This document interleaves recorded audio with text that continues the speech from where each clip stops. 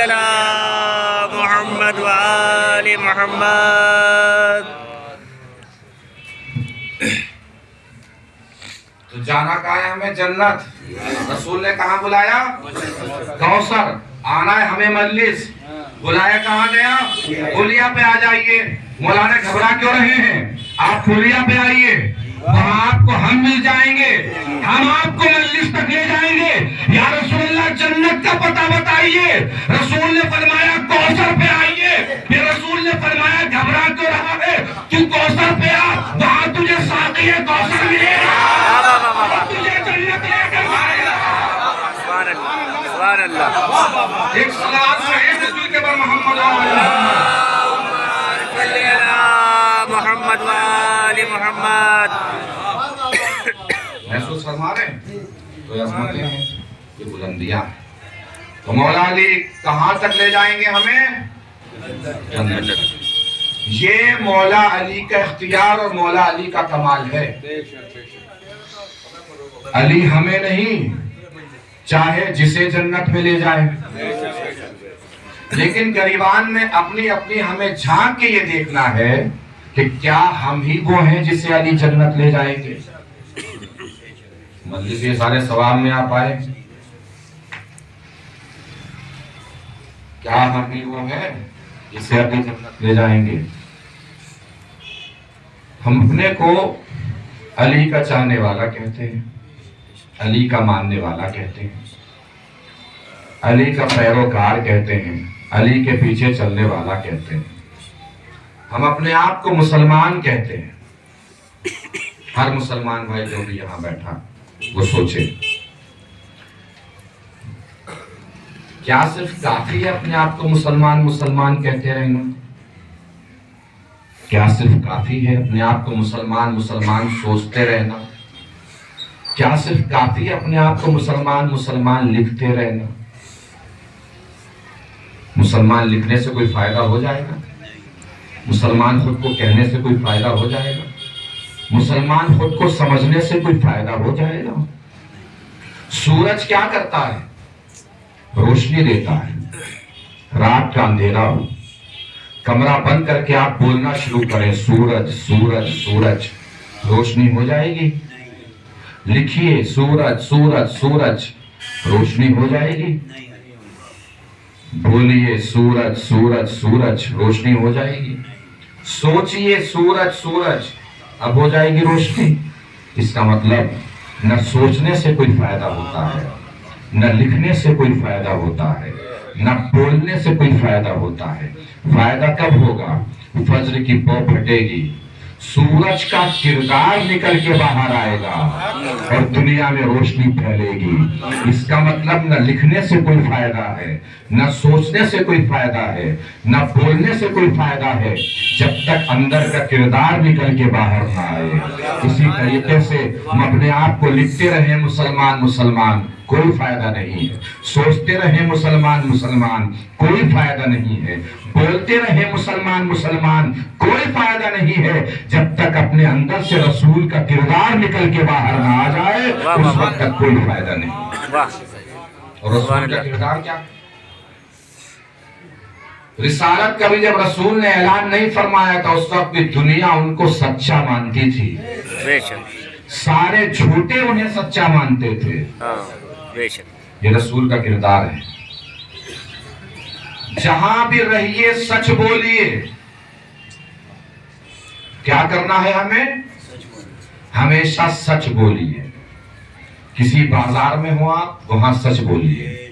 کسی دکان پہ ہو وہاں سچ بولیے. بلڈنگ بناتے ہو وہاں بھی سچ بولیے. ٹھیلا چلاتے ہو وہاں بھی سچ بولیے. کوئی بھی کام کرتے ہو, چھوٹا کام کرتے ہو یا بڑا کام کرتے ہو, ہمیشہ سچ بولیے. سچ بولتے رہیں گے, دنیا آپ کو دیکھے گی. ایک دن دیکھے گی, 2 دن دیکھے گی, 3 دن دیکھے گی, 4 دن دیکھے گی. ایک دن آپ کے پاس دنیا خود چل کے آئے گی کہ اس جھوٹ بھری دنیا میں آپ کتنے بڑے ہیں جو ہمیشہ سچ بولتے ہیں. اس وقت کہیے میں جھوٹ کیسے بولوں, میرا نبی سچا تھا. واہ واہ واہ, سبحان اللہ, سبحان اللہ. ہر جگہ ہر مقام پر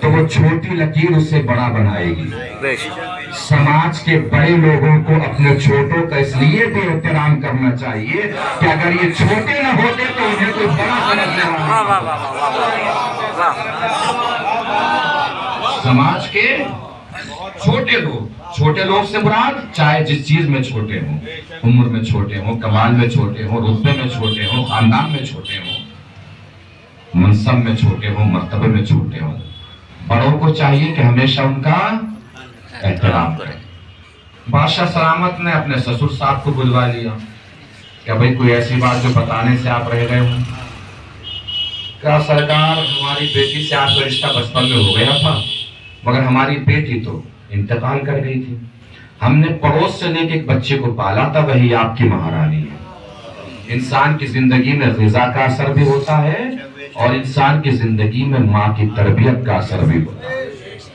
بادشاہ نے بڑا خوش ہو کے دانشور سے کیا تو ساری باتیں صحیح بتا دی۔ اس کے گھر بھیڑ بھجوا دی۔ کیا بھجوائی؟ بھیڑ۔ پہلے کیا بھجوایا تھا؟ گوشت۔ ایک دن بادشاہ سلامت سے دانشور ٹہلتے ٹہلتے پوچھ بیٹھا کہ بادشاہ سلامت، دانشور سے کہا بادشاہ نے کہ یار تم نے مہارانی کے بارے میں ٹھیک بتایا، گھوڑے کے بارے میں ٹھیک بتایا، آج یہ بتاؤ میں بھی خاندانی بادشاہ ہوں کہ نہیں؟ اس نے سامان لپیٹ کے چل دیا۔ کہ کہاں چلے؟ کہ سرکار بس ہمارا رزق آپ کے ہاں آج تک کا ہی لکھا ہوا تھا، ہم چل رہے ہیں ورنہ رہ گئے تو چل ہی بسیں گے۔ بادشاہ نے کہا گھبرانے کی ضرورت نہیں ہے، امان نامہ لکھے دیتے ہیں، ہمیں قبول ہوگا، برداشت ہوگا جو بھی تم کہو گے۔ اس سے سامان رکھا بادشاہ سلامت، جب آپ کو قبول ہی ہوگا اور امان نامہ بھی آپ نے لکھ ہی دیا ہے تو ایک بات بتایا آپ کو؟ کہ جی بتائیے۔ کہ آپ بھی کوئی خاندانی بادشاہ نہیں ہو، کسی گڈریے کی اولاد ہو۔ اس نے کہا تجھے کیسے پتا چلا میں گڈریے کی اولاد ہوں؟ اس نے کہا آپ کے ابا حضور دنیا سے رخصت ہونے والے ہیں، جلدی سے جا کے ان سے پوچھ لیجئے، اگر وہ چل بسے تو نہ آپ چین سے جئیں گے نہ مجھے چین سے جینے دیں گے۔ وہ کہا ابا حضور اب تو آپ جا ہی رہے ہیں، کوئی ایسی بات بتا جائیے جو آپ بھی چین سے جا سکے ہم بھی چین سے جی سکے۔ اس نے کہا بیٹے ہم تو صاحب اولاد تھے ہی نہیں، دربار میں گڈری آتا تھا، اس کے بیٹے کو لے کے ہم نے پال لیا تاکہ بادشاہت باقی رہ جائے، وہی تم ہو۔ وہ ہانپتا کانپتا پریشان پسینے میں شرابور زبان تالو سے جا چپکی، ہگلاتا دانشور کے سامنے آیا، آ کے بولا دانشور کہا تو نے صحیح ہے کہ میں گڈریے کے اولاد ہوں، مگر تجھے پتا کیسے چلا کہ میں گڈریے کے اولاد ہوں؟ اس نے تاریخی جواب دیا تیری عطا کے طریقے سے پتا چلا کہ تو گڈریے کے اولاد ہے۔ جب بھی میں نے کوئی انعام کا کام کیا، کبھی گوشت بھجوا رہا ہے، کبھی بھیڑ بھجوا رہا ہے، خاندانی بادشاہ ہوتا انعام کا کام کیا تھا، سونا بھجواتا، ہیرا بھجواتا، چاندی بھجواتا، گوشت بھجوا رہا ہے، بھیڑ بھجوا رہا ہے۔ نہیں توجہ فرمائی شاید آپ نے۔ اس کا مطلب انسان کی عطا کا طریقہ بھی بتاتا ہے کہ تعلق چھوٹے لوگوں سے ہے کہ بڑے لوگوں سے۔ بعض انسان کسی کو 2 روٹیاں کھلا کر بھی سوچتا ہے کہ میرے سارے گاؤں کو پتا چل جائے کہ اس کے گھر کا چولہا میری وجہ سے جل رہا ہے۔ اگر 2 روٹیاں بھی کسی کو دے کر یہ سوچ ہے تو یہ سوچ خود بتا رہی ہے کہ تعلق ابھی چھوٹے لوگوں سے ہے، بڑے لوگوں سے تعلق نہیں ہوا ہے۔ اس لیے کہ اگر بڑے لوگوں سے تعلق ہوتا تو دنیا انسانیت میں علی سے بڑا کوئی نہ تھا۔ علی رات کے سناٹے میں روٹیاں بانٹا کرتے تھے۔ کمیل نے پوچھا مولا رات کے سناٹے میں کیوں؟ کہا اگر دن کے اجالے میں دوں گا تو یہ مجھے دیکھ لے گا تو پہچان جائے گا تو جب بھی میرے سامنے آئے گا شرمندگی کی وجہ سے اس کی نگاہیں جھک جائیں گی، اور میں علی نہیں چاہتا کہ اس کی جھکی ہوئی نگاہوں کے سبب مجھ علی کے اندر غرور پیدا ہو جائے۔ اس کا مطلب کیا ہے؟ کوئی بھی عمل خیر انجام دیں کسی کو دکھانے کے لیے نہیں، صرف اللہ کے لیے انجام دیں۔ ویسے بھی آپ صاحبان عقل و شعور و فہم و ادراک ہیں، خود سوچ سکتے ہیں آپ کہ اگر ہم کوئی عمل دکھانے کے لیے کریں گے بھی تو کتنوں کو دکھا پائیں گے، کتنوں کو بتا پائیں گے؟ چاہے جتنی طاقت لگا کے بتا دیجئے، اپنی بندگی کی حدوں میں رہ کے بتا سکتے ہیں، اور جب کوئی عمل انجام دے کے اللہ پہ چھوڑیں گے اور پھر اللہ بتائے گا تو اپنی خدائی طاقت کے ساتھ بتائے گا. پھر جہاں آپ بھی نہیں پہنچیں گے آپ کی ہوئی نیکیاں پہنچ جائیں گی. ویسے بھی میں ممبر میں بیٹھا ہوں اور پورے چیلنج کے ساتھ عرض کر رہا ہوں کہ اگر لوگوں کو دکھانے کے لیے کوئی ایک ٹرک بھر کے انار بھی بٹوا دیتا ہے نا تو ایک ہفتے کے بعد بھی تذکرہ باقی نہیں رہتا. اور اللہ کے لیے اگر کوئی ایک انار بھی دے دے تو علی کے دیے گئے ایک انار کا تذکرہ 1400 سال کے بعد بھی آج تک دنیا میں قائم اور باقی ہے. صرف اللہ کے لیے کوئی انجام دے, کوئی بھی عمل انجام دینا ہے صرف اللہ کے لیے. اللہ عمل کو بچائے بھی رکھتا ہے, عمل کو پھیلاتا بھی ہے. یقین نہ ہو تو کربلا دیکھیے, 72 لوگ کتنے زیادہ ہوتے ہیں. یہاں بیٹھے ہیں لوگ گن لیجئے 72 کتنے ہوتے ہیں. کوئی تعداد ہوتی ہے 72؟ ہزاروں 72 تک ہو گئے ہوں گے. جب سے دنیا قائم ہوئی ہے ایک دنگا فساد ہوتا ہے, سینکڑوں لوگ مر جاتے ہیں, رہتا ہے تذکرہ باقی. مگر یہ 72 جو صرف اور صرف اللہ کے لیے آئے تھے میدان میں, 72 چھوڑیے, 72 میں جو سب سے چھوٹا تھا نام تھا علی اصغر, اس کے لبوں کی مسکراہٹ بھی تاریخ آج تک دبا نہیں پائی ہے. اللہ اس طریقے سے عمل کو باقی رکھتا ہے. وہ تیر چلنا چھوڑ دیجئے, گلا زخمی ہونا چھوڑ دیجئے, وہ جو لبوں پہ مسکراہٹ آئی تھی اس مسکراہٹ کو بھی اللہ نے آج تک باقی رکھا ہوا ہے. یہ وہ عمل جو اللہ کے لیے انجام دیے جاتے ہیں اللہ انہیں باقی رکھتا ہے. امام حسین علیہ السلام, بتائیے کربلا کا کون سا قدم تھا جو چھپ گیا؟ آج تاریخ میں سب ہے, لوگ سب جانتے ہیں حسین کیسے جنازوں کو اٹھا کے لائے, حسین نے کس طریقے سے گنج شہیدہ میں جنازے رکھے ہیں, حسین آخری رخصت کے لیے کس طریقے سے خیمے میں آئے ہیں. جب آئے ہیں امام حسین خیمے میں آخری رخصت کے لیے, دل تڑپ گیا جناب زینب کا. کیسے نہ تڑپتا, کتنی محبت تھی بہن اور بھائی میں سب جانتے ہیں, کتنا پیار تھا بہن اور بھائی میں سب جانتے ہیں, کتنی محبت تھی, کتنا پیار تھا. جب شادی ہوئی ہے جناب زینب کی تو جناب عبداللہ کو بلا کے مولا نے فرمایا, عبداللہ دیکھو دنیا میں باپ بیٹے بہت ہیں مگر یعقوب اور یوسف جیسے باپ بیٹے نہیں ہیں. دنیا میں باپ بیٹی بھی بہت ہیں مگر رسول اور فاطمہ جیسی باپ بیٹی نہیں ہے. عبداللہ دنیا میں بھائی بہن بھی بہت ہیں مگر حسین اور زینب جیسے بھائی بہن نہیں ہیں. عبداللہ کبھی اگر ایسا وقت آئے کہ حسین کو مدینہ چھوڑنا پڑے اور زینب تمہارے پاس آئے اجازت لینے کے لیے بھائی کے ساتھ جانے کی, تو دیکھو عبداللہ زینب کو روکنا مت, جانے دینا. اس لیے کہ اگر تم نے روکا تو زینب رک جائے گی. مگر یہ میری بات یاد رکھنا, ادھر حسین کا بدن مدینہ چھوڑے گا, ادھر زینب کا جنازہ تمہارے گھر کا آنگن چھوڑ دے گا. 3 دن گزرے, مولا نے فرمایا جاؤ سب زینب سے ملاؤ. جناب فضہ پہنچی تو معلوم ہے کیا دیکھا, زینب مصلی پر ہے. جناب فضہ پہ نظر پڑی, زینب چیخ مار کے رونے لگی. کہ شہزادی اتنا رونے کی کیا ضرورت ہے, اب تو میں آ ہی گئی ہوں. جناب زینب نے معلوم ہے کیا فرمایا, اماں فضہ کیسے نہ رو, 3 دن ہو گئے میں نے اپنے بھیا حسین کا چہرہ نہیں دیکھا ہے. یہ بہن بھائی کی محبت. سوچے کربلا میں جب حسین آ کے در خیمہ پہ پکارے ہوں گے, اچھا میری ماں جائے خدا حافظ, زینب کا دل نہیں پھٹ گیا ہوگا. زینب نے جلدی سے حسین کو خیمے کے اندر لیا. کوئی بہن حسین کے باہوں گلے میں باہیں ڈال کے رو رہی ہے, کوئی بہن حسین کے ہاتھوں کا بوسہ لے کے رو رہی ہے. اس منظر میں کہیں سکینہ نظر نہیں آ رہی ہے, اس لیے کہ سکینہ کو معلوم ہے کہ تصویر میں ابھی بہن بھائی کی محبت ہے. 4 سال کی بچی کو کون دیکھے گا. سکینہ نے سوچا بابا جب بھی جائیں گے در خیمہ سے ہو کر ہی. سکینہ در خیمہ پہ کھڑی ہو گئی. حسین چلے در خیمہ سے باہر آئے, سکینہ پیچھے پیچھے. حسین گھوڑے پہ سوار, سکینہ ہاتھوں کو جوڑ کے کھڑی ہو گئی. بابا جا رہے ہیں؟ ہاں بیٹا جا رہا ہوں. کہ تو بابا میرا کام کر دیجئے. کہ بولو بیٹا کیا کرنا ہے؟ کہ بابا میرے سر پہ ایسے ہاتھ رکھ دیجئے جیسے یتیموں کے سر پہ ہاتھ رکھا جاتا ہے. اس لیے کہ سکینہ کو معلوم ہے کہ جب کسی کا باپ مر جاتا ہے تو بچے یتیم ہو جاتے ہیں. جب بچے یتیم ہوتے ہیں تو ان کے سر پہ دست شفقت رکھا جاتا ہے. یہی وجہ ہے ابھی مسلم کہتا ہے میں نے چھوٹی سی بچی کو دیکھا جس کے دامن میں آگ لگی ہوئی تھی. میں نے بچی کو روک کے پوچھا بیٹا تم کس کی بیٹی ہو؟ اس بچی نے پلٹ کے عجب سوال کیا کہ میرا دل پھٹ گیا. اس بچی نے پوچھا اے شیخ اگر میں تجھے بتا دوں میں کس کی بیٹی ہوں تو تم میرے رخسار پہ تماچے تو نہیں مارے گا؟ تو میں کیوں تماچے مارنے لگا؟ کہ اللہ جانے میرے بابا کہا کرتے تھے جب کسی کا باپ مر جاتا ہے تو بچے یتیم ہو جاتے ہیں. جب بچے یتیم ہوتے ہیں تو ان کے سر پہ دست شفقت رکھا جاتا ہے. اللہ جانے میں کیسے یتیم ہوئی ہوں؟ جب سے میرا بابا مرا جو بھی مجھے ملا تماچے مار کے مجھ سے مل رہا ہے. وہ لیجئے حسین رخصت ہو کے میدان قتال میں آئے.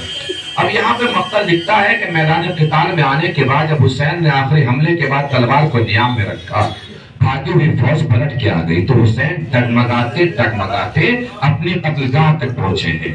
معلوم ہے آپ کو سب صاحبان اپنے تجربہ ہے آپ لوگوں کو ڈگمگانا خود طاقت کی دلیل ہے.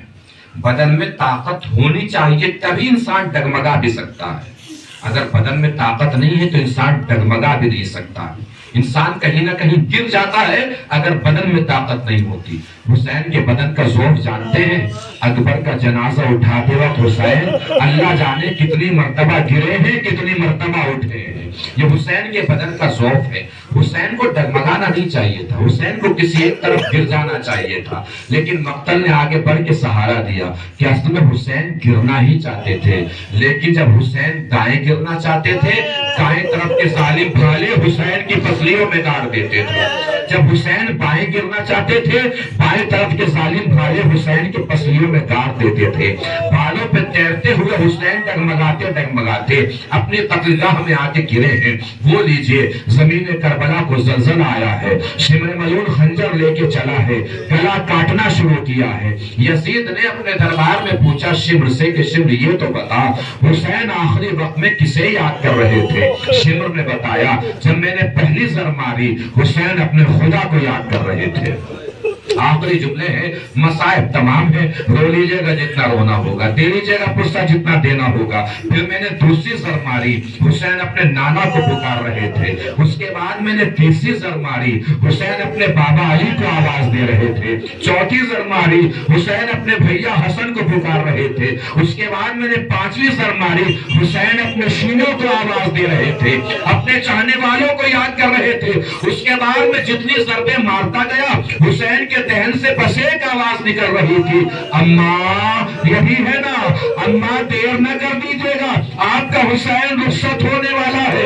اس کے بعد میں نے دیکھا حسین کی آواز بند ہو گئی. بس حسین کے لب ہل رہے ہیں مجھے کچھ سنائی نہیں دے رہا تھا. میں نے سوچا دیکھو تو صحیح حسین اب کسے پکار رہے ہیں. میں نے جلدی سے سر کو قلم کیا حسین کی زلفوں کو پکڑا لبوں کو کان کے برابر میں لے کر آیا تو میں نے سنا حسین آواز دے رہے تھے اے بھیا پاس اے بھیا پاس اے بھیا پاس. ہو سکتا ہے نہر فرات کے کنارے عباس کا لاشا نیزو اچھل رہا ہو. اے آقا زندگی نے مہلت نہ دی ورنہ کس میں ہمت ہوتی جو آپ کے سینے پہ سوار ہو سکے آپ کے سر کو قلم کر سکے آپ کے گلے پہ خنجر چلا سکے. الا لعنت اللہ علی القوم الظالمین سيعلم الذين ظلموا أي منقلب ينقلبون إنا لله وإنا إليه راجعون رضا بقضائه وتسليمه. بارگاہ اس مجلس سے عذاب فرش عطاش کے عطا کا جو ثواب تو نے معین اور مقرر فرمایا ہے اس سے مرحوم کی روح کو شاد و آباد فرما. مرحوم کو جوار معصومین میں جگہ عنایت فرما. مرحوم کے درجات کو بلند فرما. مرحوم کے گناہ کبیرہ گناہ صغیرہ کو معاف فرما. بارے جو بھی آزاد پریشانی حال ان کی پریشانی کو دور فرما. مقروض ان کے قرضوں کو ادا فرما. بغیر کسی خطا کے مقید انہیں قید سے رہائی دلا. جو بیمار انہیں شفا کامل و واجلہ عنایت فرما. پرچم اسلام کو سر بلند فرما. مقامات مقدسہ کی حفاظت فرما. علماء کرام کی حفاظت فرما. مراجع کرام کی حفاظت فرما، امام آخر کے ظہور میں تعجیل فرما، اور ہم سب کو اس قابل بنا کے بعد ظہور ہم امام کے انصار و اعوان میں شمار ہو سکیں۔ گزارش ہے ایک مرتبہ اور سورہ حمد اور 3 مرتبہ سورہ اخلاص کی تلاوت فرما کر سید انیس دہلی ابن سید زوار حسین کی روح کو ایصال فرما۔